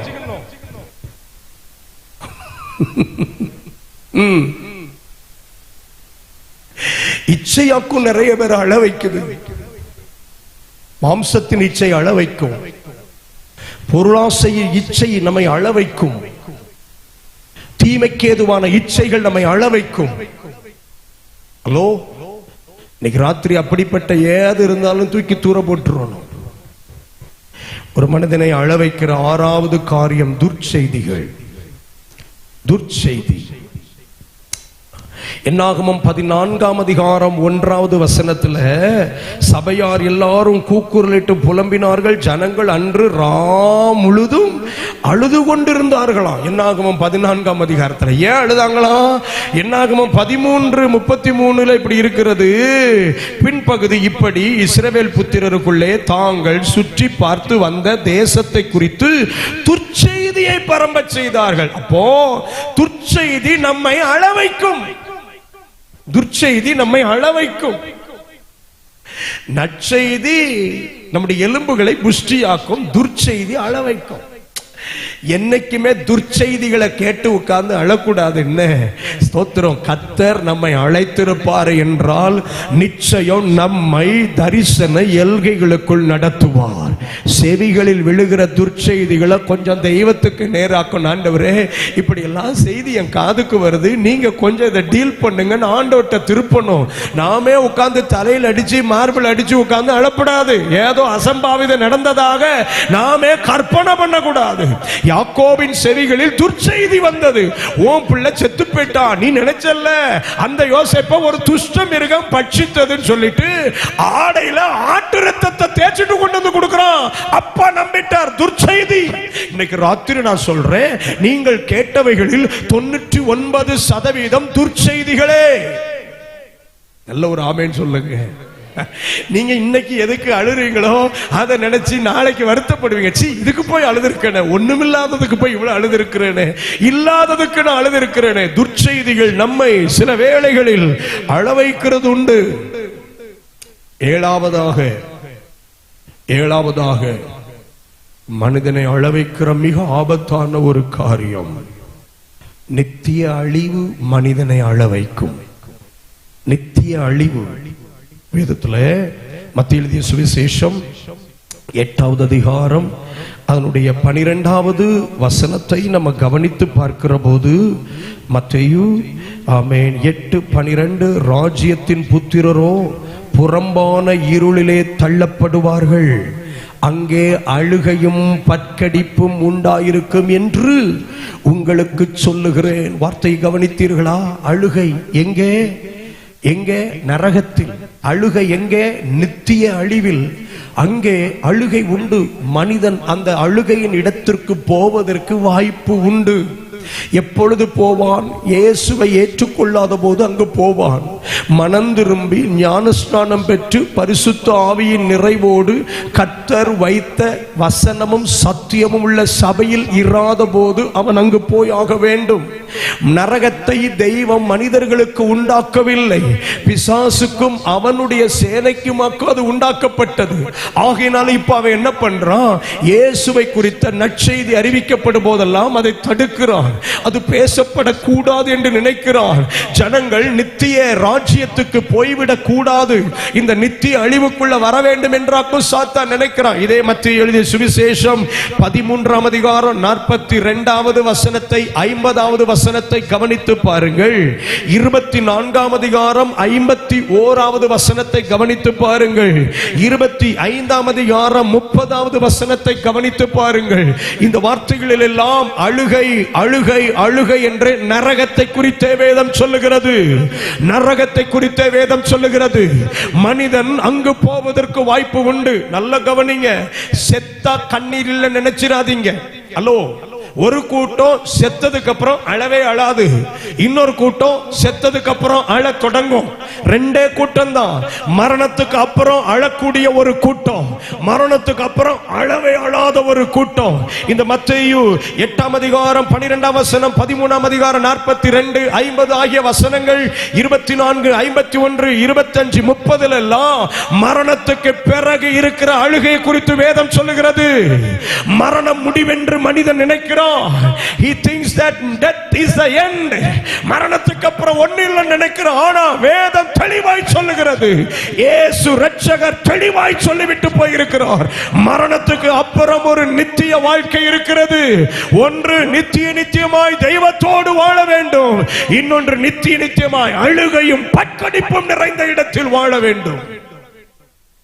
பிரசங்கிக்கிற நானானாலும் சரி, வார்த்தையை முன்பிருந்து கேட்கிற நீங்கள் ஆனாலும் சரி, இந்த சத்தம் பரவி போகிற எல்கையில் எங்க இந்த சத்தத்தை கேட்கிறவர்கள் எந்த மதமோ எந்த இனமோ, whoever you might be, இந்த செய்தியை தூர இடங்களிலிருந்து நேரலை வாயிலாக கேட்கலாம். மேபி என்றைக்கோ ஒரு நாள் இந்த வார்த்தையை கேட்கலாம். கர்த்தர் சொல்லுகிறார், மரணத்துக்கு பிறகு அழ வேண்டும் என்று நினைக்கிறாயோ? வெளிப்படுத்தின விசேஷம் 7ஆம் அதிகாரம் அல்ல கடைசி வசனம் இப்படி சொல்லுகிறது, தேவ பிள்ளைகளுக்கு மரணத்துக்கு பிறகு அழுகை இல்லை. கை உயர்த்தி ஒரு அல்லேலூயா சொல்வோமா? வெளிப்படுத்தின விசேஷம் 7ஆம் அதிகாரம் 17வது வசனம், சிங்காசனத்தின் மத்தியில் இருக்கிற ஆட்டுக்குட்டியானவரே, இவர்களை மேய்த்து இவர்களை ஜீவ தண்ணீர் உள்ள ஊற்றுகள் அன்றைக்கு நடத்துவார். தேவன் தாமே இவர்களுடைய கண்ணீர் யாவையும் துடைப்பார். ரட்சிக்கப்பட்டு மனம் திரும்பி ஞானஸ்நானம் பெற்று பரிசுத்த ஆவியின் அபிஷேகம் பெற்று வேத சத்தியம் உள்ள சபையில தன்னை அங்கமாக்கி கொண்டு தன்னை பரிசுத்தமாய் பாதுகாத்து தெய்வத்தின் வருகை வரைக்கும் அல்லது இந்த பூமியில கண்களை மூடுகிற வரைக்கும் தன் வஸ்திரம் கரைபடாதபடி காத்து கொண்டு நிற்கிற தேவ பிள்ளைகள் யார் உண்டோ அவர்களுக்கு வருகிற உபத்திரவங்கள், பாடுகள், நெருக்கங்கள் எல்லாவற்றிலும் பூமியில கண்ணீர் இருக்கலாம், ஆனால் நித்தியத்துல கண்ணீர் இல்லை. எத்தனை பேர் ஆமேன் சொல்றீங்க? பூமியில கண்ணீர் இருக்கலாம், நித்தியத்துல கண்ணீர் இல்லை. இந்த உலகத்துல கண்ணீர் வடிக்கலாம். கர்த்தர் சொல்றாரு, after your death no more tears. உன் கண்கள்ல ஒரு சொட்டு கூட கண்ணீர் வர போறது இல்லப்பா. நீங்க உதாரணத்துக்கு பார்க்கணுமா? பூமியில வாழ்ந்த லாசரு என்கிற எளியவன் பூமியில வாழ்ந்த போதெல்லாம் சரீரம் முழுக்க வியாதி, நாய்கள் வந்து அவன் மேல் இருந்த புண்ணை நக்கிற்று என்று வேதம் சொல்லுகிறது. மரணம் அடையும் வரைக்கும் வியாதி, மரணம் அடையும் வரைக்கும் கையேந்தி நிற்கிற நிலைமை, மரணம் அடையும் வரைக்கும் ஒரு மேஜையிலிருந்து விடுகிற அந்த எச்சி பருக்கைகளை சாப்பிடும்படியான எண்ணம். ஆனால் மரித்த பின்பு ஆபிரகாமின் மடியில் லாசர் இருந்தான். பூமியில இருந்த நாளெல்லாம் ஐஸ்வர்யவானுக்கு பயங்கர வாழ்க்கை, என்ன செழிப்பு, ஐயோ பொங்கிட்டு வருது. Thank God for the blessings. ஆசீர்வாதங்களுக்காக நன்றி, அப்பா அம்மாக்கு நன்றி எல்லாம் சொல்லிட்டு ஒருத்தர் ஏக்கத்தோட இருந்தா பாருங்க. அவனுக்கு ஒரு நேரம் சோறு கொடுக்கல, ஒரு நேரம் சோறு கொடுக்கல. ஐஸ்வர்யவான் நரகத்துக்கு போக காரணம் அவன் செஞ்ச பாவம் அல்ல. ஐஸ்வர்யா நரகத்துக்கு போக காரணம் கண்ணுக்கு முன்னாடி இருந்த ஏழைக்கு ஒரு நேரம் சோறு கொடுக்கல. அவன் மேஜிலிருந்து விழுகிற எச்சி பருக்கையே சாப்பிட வச்சிட்டு இருந்தான். என்னைக்கும் எச்சி பருக்கையே அடுத்தவங்களுக்கு கொடுக்கறவங்களா இருந்தா நரகத்தை நினைச்சுக்கணும், என்ன கொஞ்சம் மைண்ட்ல வச்சுக்கணும். கண்ணுக்கு முன்னாடி ஒருத்தர் ஆகாரம் இல்லாம இருக்கும் போது தொத்துறோம், ஆமா எச்சி கொடுக்க கூடாது. நம்ம சாப்பிடுறதுல ஒரு நேரம் உணவை ஆகிலும் கொடுக்கணும். ஆமா தோத்திரம் கொடுக்கணும். நிறைய இருக்கு. ஏன் ஐஸ்வர்யா நரகத்துக்கு போனான்னு நான் அதெல்லாம் சொல்லல, ஒரே ஒரு விஷயத்தை சொல்றேன். அங்க கடந்து அழுறானே, நரகத்திலிருந்து ஆத்தும பாரம், நரகத்திலிருந்து எழுப்புதல். ஆண்டவரே நான் போறேன்னு கேட்கல. அப்ப கூட இந்த பயலுக்கு நான் போறேன்னு ஒரு உணர்வு கொடுக்கல. பத்திகளா, என்னைய ஒரு நாள் 3 மணி நேரம் அனுப்புங்க ஆண்டவரே, பயங்கர கூட்டம் ஒண்ணு நடத்திட்டு வந்துருதே அப்படின்னு சொல்லல. அப்ப கூட அவன் புத்தி லாசருவை எங்க இருந்து இறக்கணும், பரலோகத்திலிருந்து இறக்கணும். அவன் முதல்ல பெட்டிஷன் என்ன தெரியுமா, லாசரு கிட்ட அங்க இருந்து ஒரு டேங்க் நிறைய தண்ணி கொடுத்துடும் சொல்லல. அவன் செப குறிப்ப பாத்தீங்களா, லாசரு விரல் நுனிய என்ன செய்யணுமா, ஒரு சொட்டு தண்ணியை கொண்டுட்டு எங்க வரணுமா, ஒரு சொட்டு தண்ணி எங்கடா தாங்கும். அவன் புத்தி லாசருவை எப்படியாவது அங்க இருந்து இறக்கணும். அதுக்கு தான் அவன் நரகத்துக்கே போனது. அடுத்தவனை இறக்கணும் நினைச்ச அன்னைக்கு நமக்கு கீழே இறங்கிரும். புரிஞ்சுக்கணும் என்ன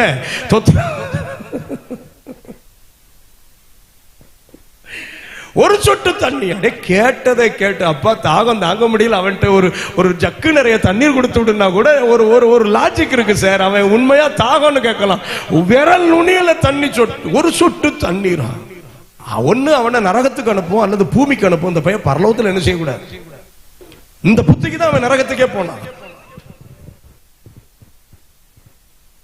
ஜீவியத்தில் என்னைக்கு ஒண்ணு புரிஞ்சுக்கணும், அழுகை சிலருக்கு மரணத்தோடு முடியும், அழுகை சிலருக்கு மரணத்துக்கு பிறகு தொடங்கும். எதை தீர்மானிக்க போறீங்க? இன்னைக்கு ராத்திரி தெய்வம் உங்கள்கிட்ட என்கிட்ட முன்பாக வைக்கிற வார்த்தை இதுதான். எதை தீர்மானிக்க போகிறீங்க? கர்த்தருக்காக வாழ்ந்து கடைசி வரைக்கும் கண்ணீரோடு இருந்தாலும் மரணத்துக்கு அப்புறம் என் கண்ணீரை ஒருத்தர் துடைப்பா, என் கண்ணீரை ஒருத்தர் துடைப்பா. ஆனா கடைசி வரைக்கும் இந்த இயேசு எனக்கு வேண்டாம், இந்த சத்தியங்கள் எனக்கு வேண்டாம், இந்த உபதேசம் வேண்டாம், இந்த பிரதிஷ்டை வேண்டாம், இந்த அழைப்பு வேண்டாம். ஓடுன மரணத்துக்கு அப்புறம் அப்பா கண்ணீரை ஞாபகத்துல வச்சுக்க, அழுகையை ஞாபகத்துல வச்சுக்க. மனிதன் இந்த 7 வித கண்ணீரும் சந்திக்க முடியும், சந்திக்க முடியும். ஆனா இன்னைக்கு இரவு ஆண்டவர் நம்ம கிட்ட பேசுற வார்த்தை இதுவே நல்ல செய்தியா பேசிட்டார். இனிமே என்ன செய்தி அப்படின்னு யோசிக்கிறேன். அல்லேலூயா. என் அழுகை எல்லாம் ஆச்சரியமாய் மாற்றுகிற ஒரு தெய்வம் எனக்கு உண்டு. அல்லேலூயா. என் அழுகை எல்லாம் ஆச்சரியமாய் மாற்றுகிற தெய்வம் ஒருவர் எனக்கு உண்டு. 3 காரியம் வேகமா சொல்லிட்டு நம்ம ஜெபம் பண்ணுவோம். என்ன, இந்த எவீரு அவருடைய வீட்டில் அவருடைய குடும்பத்தில் இருந்த அழுகை ஆச்சரியமாய் மாறுவதற்கு 3 காரணங்கள் உண்டு. லூக்கா எழுதிய சுவிசேஷம் 8வது அதிகாரத்தை என் கூட திருப்பிக்கோங்க. லூக்கா எழுதிய சுவிசேஷம் 8வது அதிகாரம். இரவு பரிசுத்த தெய்வம் நம்மோடு பேசுவாராக. 41வது வசனத்தில் இப்படி வாசிக்கிறோம். அப்பொழுது ஜெப ஆலய தலைவனாகிய எவீரு என்னும் பேருள்ள ஒருவன் வந்து இயேசுவின் பாதத்தில் விழுந்து 12 வயதுள்ள தன்னுடைய ஒரே குமாரத்தி மரண அவஸ்தையா இருக்கிறபடியால் தன் வீட்டுக்கு வரும்படி அவரை வேண்டிக் கொண்டான். அழுகை மாற வேண்டும் என்றால் ஆண்டவருடைய பாதத்தில் விழ வேண்டும். யார் அழுகையை மாற்றுகிற ஆண்டுடைய பாதத்தில் வந்து விழுகிறார்களோ அவர்களுடைய அழுகையை கர்த்தர் மாற்றுகிறார். நல்ல கையை உயர்த்துறல்லேலூயா. எவிரு ஒரு பெரிய பொறுப்பில் இருக்கிற மனுஷன், ஜெப ஆலயத்துக்கு தலைவன். ஆமா, அந்த சர்ச்சுக்கு அவர் தான் தலைமை போதகர்னு வச்சுக்கோங்களேன். ஸ்தோத்திரம். அந்த சர்ச்சுக்கு அவர் தான் ஜெப ஆலயத்தின் தலைவன். எல்லாத்தையும் அவர் தான் ஒருங்கிணைக்கிறார், எல்லாம் செய்கிறார். ஆண்டவருக்கு முன்னாடி வரும்போது தன்னுடைய பொசிஷன், நான் எவ்வளவு பெரிய பதவியில் இருக்கேன் அப்படி அவர் ஒரு துளி கூட நினைக்கல. பிரச்சனை தனக்கு வந்துட்டு இனி தேவ சமூகத்துல போய் விழுந்துட வேண்டியதான. எனக்கு அந்த 40ஆம் வசனத்தை வாசித்தேன், ரொம்ப கர்த்தரை கவனிக்க வச்சார் பாருங்களேன். இயேசு திரும்பி வந்துட்டார், அக்கறைக்கு போய் அங்க ஒரு அற்புதத்தை செஞ்சுட்டு இயேசு திரும்பி வர்றாரு. திரும்பி வருகிற போது அவருக்காக காத்திருந்த ஜனங்கள் எல்லாரும் அவருக்காக காத்திருந்தபடியால் அவரை சந்தோஷமா ஏற்றுக்கொண்டார்கள். பயங்கர சந்தோஷம். ஓ இயேசு வாழ்க, என்ன தெய்வம், என்ன அற்புதம் செய்கிறீர், அவ்வளவு எல்லாரும் புகழ்ந்து மகிழ்ந்து கொண்டாடி கொண்டிருக்கும் போது டக்குன்னு ஒருத்தர் வந்து இயேசு காலில் விழுறார். இந்த கொண்டாட்டம் முடியட்டும், தோத்திரம், இந்த நிகழ்ச்சி முடியட்டும், அப்புறம் நம்ம இயேசுநாதர் கிட்ட கொடுப்போம்ல நினைக்கல. இவ்வளவு கூட்டத்தின் மத்தியில இயேசுவின் காலில் நான் விழுறத அப்படிலாம் அவன் நினைக்கல. தன் வாழ்க்கையில கண்ணீர் மாற வேண்டும் என்றால் அற்புதருடைய பாதத்துல நான் விழுந்தாக வேண்டும் என்கிறது ரொம்ப தெளிவா இருந்தார். பாருங்க, நிறைய நேரத்தில் நம்ம கண்ணீர் மாறாததுக்கு காரணம் என்ன தெரியுமா? நம்ம டீசென்ட் ஜெபம் தான். என்ன பயங்கர டீசென்ட். சேலையில மடிப்பு களையக்கூடாது, வேஷ்டி அப்படியே புதுசா இருக்கணும், சர்ச்சுக்கு வரணும், ஜெபம் பண்ணணும், ஆனா உட்கார்ந்த இடத்தை விட்டு அசைஞ்சிடக்கூடாது. எல்லாம் சோதர சொல்லுங்கன்னா அப்படியே அல்லையில சொல்லணும். மீன் வாயை திறந்த மாதிரி தான். மீன் மீன் மீன் பேச விரும்பும் பார்த்திருக்கீங்களா? நான் சில இடத்துக்கு போனா அப்படி மீன் ஏதோ நம்மகிட்ட பேச வந்த மாதிரி அப்படியே இருக்கும். நானும் போய் சொல்லுப்பா என்ன விஷயம், பிரசங்கியார்ட்ட என்ன எதிர்பார்க்கன்னு சொன்னா வாய் அசையும், சத்தம் வராது. நீங்க அத்தனையும் கலர் மீன்கள் தான். பாட்டு பாட சொல்லுங்க. தொட்டில போட்டு வளர்க்க வேண்டிய கேசெல்லாம் நம்ம கூட்டத்தில் வச்சுட்டு இருக்கோம் நினைக்க வேண்டியிருக்கும். உங்களை சொல்லல, நீங்க சூப்பரா பாடுறீங்க, அதனாலதான் நான் எங்கேயுமே பாடுறது இல்ல. உங்களை பார்த்தவொடனே பாடணும்னு தோணிட்டு பார்த்தீங்களா? தேவ சமூகத்துல ஜெபம்னு சொன்னா வாய செய்யும், சத்தம் வராது. சரி, வாயாவது அசைது, அது வரைக்கும் தோத்துறோம். சிலருக்கு அதுவும் என்ன செய்ய அசையாது. அப்ப 2 சத்தம் ஸ்தோத்திரம் சத்தமா போட்டு உயிர் இருக்கா இல்லையான்னு என்ன செஞ்சுக்கணும், கன்ஃபார்ம் பண்ண வேண்டி இருக்கு. ஆனா எவீர் அப்படி நினைக்கல. தன் காரியங்களை குறித்து தேவ சமூகத்துல வந்த உடனே அவன் விழுந்து, என்னை ரொம்ப தொட்ட வார்த்தை அதை, விழுந்துட்டான். ஜஸ்ட் ஃபால் டவுன், அவ்வளவுதான். அவர் பாதத்துல விழுந்து ஆண்டவர்ட்ட கேட்கிற, ஆண்டவரே என் வீட்டுல ஒரு பிரச்சனை, நீங்க வரணுமே. இயேசுவும் வந்து வேற எதுவுமே சொல்லல. இயேசு ரொம்ப நல்ல தெய்வம். பாத்தீங்களா, டேட் இருந்தா அப்பாயின்மெண்ட் கொடுத்துடுறாரு. அவர் சில ஊழியக்காரங்கிட்ட டேட் வாங்க முடியாது. என்ன அவர் பல காரியங்களை சொல்லுவார். இயேசு அப்படி இல்லை. கமிங் வர்றேன், உடனே போறாரு. இல்லப்பா எனக்கு மத்தியானம் அங்க ஒரு மினிஸ்ட்ரி இருக்குது, ஈவினிங் இருக்குது, நான் வேணா அடுத்த நாள் காலையில வரட்டுமான்னு சொல்லல. ஜஸ்ட் அவ்வளவுதான், போயிட்டாரு. இயேசு போகிற வழியிலேயே அங்க இன்னொரு பிரச்சனையை டீல் பண்ண வேண்டி இருக்குது. இவரே பாவம் புள்ள உயிருக்கு போராடிட்டு இருக்குன்னு வந்திருக்கிறாரு. அங்க பாவம் இந்த 2 சம்பவத்தையும் பாத்தீங்கன்னா பயங்கர மேட்ச் ஆகும். நீங்க பாத்தீங்களான்னு தெரியல, நான் வாசிக்கும் போது இப்படி யோசித்து பார்த்தேன். இங்க பாருங்க, 12 வயதுள்ள மகளுக்காக அப்பா வந்து நிக்கிறாரு. இங்க 12 வருஷ பிரச்சனை உள்ள ஒரு மகள் அப்பா இல்லாததுனால வந்து நிக்கா. சம்பவம் எவ்வளவு கரெக்டா நடக்குன்னு. அங்க 12 வயசு பிள்ளைக்கு உடம்பு சரியில்லை, அப்பா வந்து நிக்கிறாரு. இப்போ நீங்க அந்த சம்பவத்தை படிச்சு பாத்தீங்கன்னா ரொம்ப சூப்பரா இருக்கும். பாத்தீங்களே, சரி அற்புதம் நடந்துட்ட, வேகமா போகணும்ல, போகல, அங்க நின்னுட்டு என்னை தொட்டது யார்? இப்பதான் நம்ம ஆளுக்கு வலிக்கு, யோ அற்புதம் நடந்துட்டு வாங்க ஆண்டவர், ரொம்ப அவசரமா இருக்கிறேன், ரொம்ப அவசரம், அங்க பெரிய ஆபத்துல இருக்கு, இப்ப விசாரணை எல்லாம் பிறகு வச்சுக்கலாம், அப்படித்தானே ஒரு தகப்பன் உள்ளன்னு சொல்லி இருக்கோம். ஆண்டவருக்கு என்னைக்குமே வெறுமனே அற்புதத்தை மட்டும் செஞ்சுட்டு போறதில்ல. அங்க நீங்க கவனிச்சு பார்த்தீங்கன்னா அந்த அற்புதத்தை பெற்றுக்கொண்ட அந்த பெரும்பாடுள்ள ஸ்திரியை பார்த்து 48வது வசனத்துல ஒரு பயங்கரமான வார்த்தை ஆண்டவர் சொல்லுவாரு. அவர் அவளை பார்த்து மகளே அப்படின்னாராம். Powerful word. நீங்க புதிய ஏற்பாட்டுல எங்க வேணா படிச்சு பாருங்க, இயேசுநாதர் யாரையும் பார்த்து மகளேன்னு சொல்லல, யாரையும் பார்த்து மகளேன்னு சொல்லல. இந்த ஒரே ஒரு பெண்ணை மட்டும்தான் பார்த்து மகளேங்கிறாரு. மற்ற எல்லாரையும் ஸ்திரீன்னு சொன்னாரு, பெண்ணேன்னு சொன்னாரு. ஆனா இந்த ஒரு பெண்ணை மட்டும்தான் பார்த்து மகளேங்கிற வார்த்தையை யூஸ் பண்றார். ஏன் அப்படின்னா இந்த பெண்ணுக்கு அற்புதம் நடந்துட்டு, ஆனா அவ மனசுல ஒரு பெரிய வேதனை, வெற்றிடம் இருக்கு. என்ன தெரியுமா? அற்புதம் நடந்த உடனே அப்படியே இந்த அப்பா யவீருவை பார்க்கிறா. பார்த்துட்டு சொல்றா, 12 வயசுல ஒரு பிள்ளை வீட்டுல முடியாம கிடக்கு, இந்த அப்பா எவ்வளவு அக்கறையோட வந்திருக்காரு. நமக்கும் தான் அப்பன்னு ஒரு கேரக்டர் இருக்குது. நம்ம சாகவே கிடந்தாலும் இந்த மனுஷன் நம்ம என்ன செய்யல, கண்டுக்கலையே. இந்த ஒரு வெற்றிடம், சுகம் கிடைச்சிட்டு, ஆனா வாழ்க்கையில எனக்கு அப்பான்னு யாருமே இல்லையே, என்னை கவனமாய் கவனிக்கிற அப்பான்னு இல்லையே. எனக்கு ஒண்ணுன்னா எங்க அப்பா வந்து நின்றுக்கணுமே, வரலையே. அப்பதான் ஆண்டவர் டக்குன்னு திரும்பி சொல்றாரு, அவளை பார்த்து என் பவர்ஃபுல் வேர்டுன்னு ஏன் சொன்னேன் தெரியுமா? எந்த வெற்றிடத்தை நினைச்சு அவ வேதனையோடு நிக்கிறாளோ அந்த இடத்தை பார்த்து ஆண்டவர் சொல்றாரு, நான் உனக்கு தகப்பனாக இருக்கிறேன்.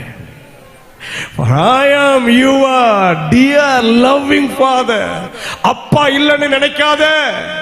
ஒரு தகப்பன் எனக்கு இருந்தா இந்த பலவீனத்தில் நான் வீட்டுல படுத்திருப்பேன், என் அப்பா எனக்காக போயிருப்பாரு. நீ அப்படி நினைக்கிறல்ல, அப்படி நினைக்காத. நான் உன் தகப்பன். அந்த யவீரு 12 வயசு பிள்ளைக்கு அப்பா. அவர் என்கிட்ட ஜோபன வந்திருக்கார், இன்னைக்கு உனக்கு ஒரு அப்பாவா நான் வர்றேன். உன் அப்பா யாரு தெரியுமா? நோய்களை சுகமாக்குகிற அப்பா. அல்லேலூயா. தீராத பிரச்சனைகளை எல்லாம் தீர்க்கிற அப்பா. இங்க அப்பா பிள்ளை உறவு நடந்துட்டு இருக்க, அடுத்த செய்தி வந்துட்டு, பிள்ளை செத்து போச்சு, பிள்ளை செத்து போச்சு.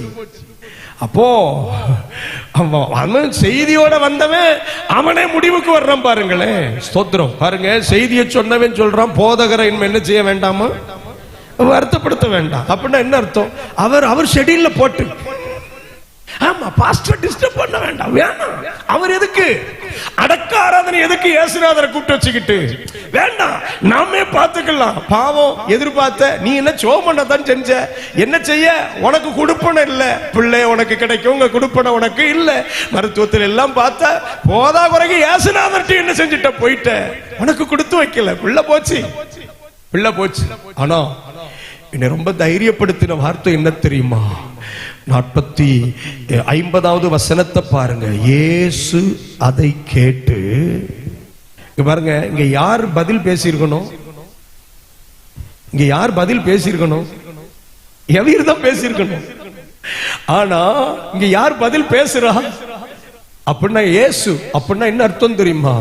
நான் என்னைக்கு என் பிரச்சனையை ஜெபமாக்குறேனோ, என் ஜெபத்தை கர்த்தர் அவர் பிரச்சனையை எடுத்துறாரு.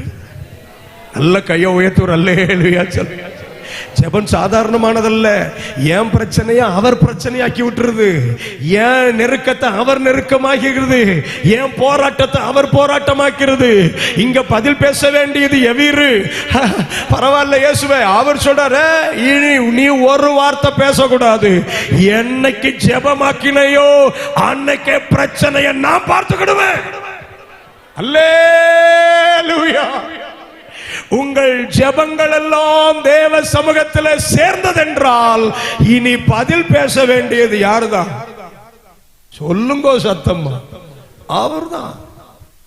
அவன் சொல்றான், அவன் யார முடிவு பண்றது போதகரை வருத்தப்படுத்த வேண்டாம்னு.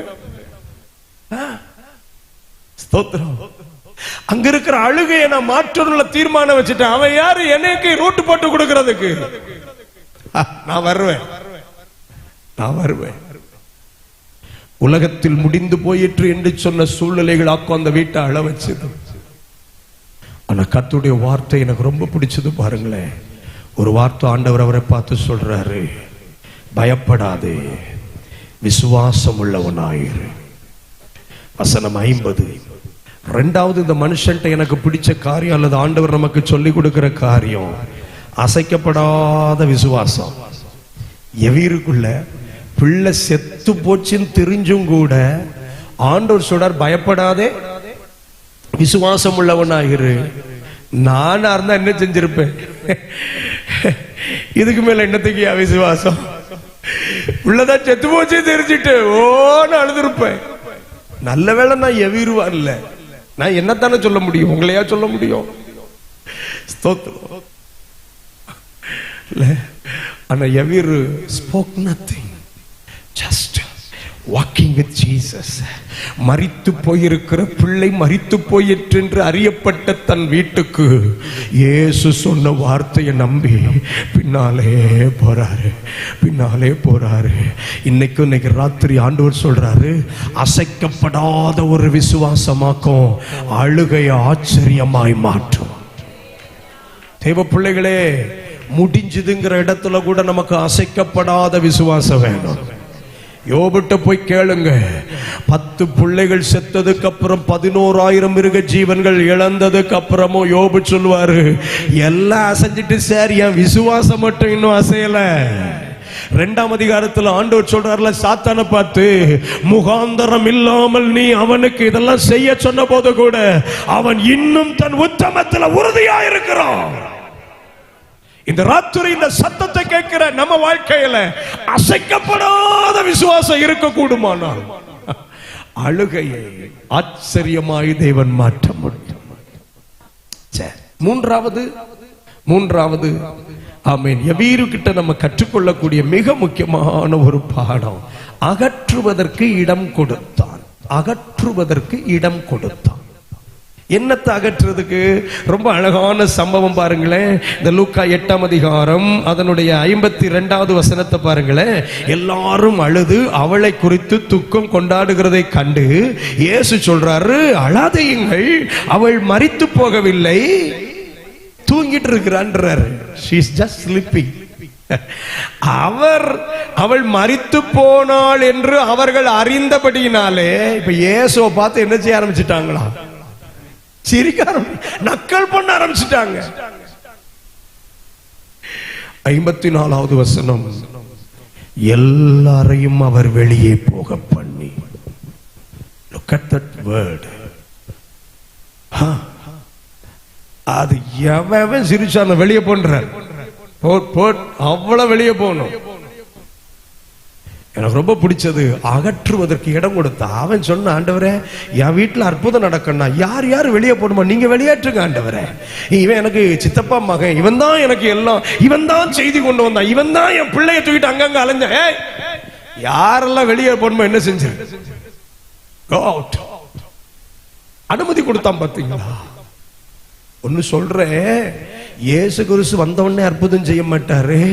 அவர் அகற்ற வேண்டிய சிலதை அகற்றுவார். காரணம், வெளிச்சம் வரும்போது இருள் அகலணும், பரிசுத்தம் வரும்போது பாவம் அகலணும். லிசன், பலருடைய வாழ்க்கையில இயேசுநாதர் வீடு வரைக்கும் வந்து ஏன் இன்னும் பிரச்சனையை டீல் பண்ணலன்னா, நம்ம இன்னும் சிலரை வெளியே போக அனுமதிக்கல. அழகான வசனம் சொல்லுது பாருங்க. ஆமென், ஸ்தோத்திரம். எல்லாரையும் அவர் வெளியே போக பண்ணி அதற்கு பிறகு அவளுடைய கையை பிடித்து, பிள்ளையே எழுந்துரு என்றார். வீடு வரைக்கும் வந்துட்டாரு, எல்கை வரைக்கும் வந்துட்டாரு.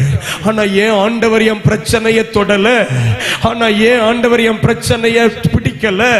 ஆண்டவர் ஏன் என் பிரச்சனையை டீல் பண்ணல? ஆண்டவர் சொல்றாரு, இன்னும் வெளியே போக வேண்டிய சில விஷயம் உள்ள கிடக்கு.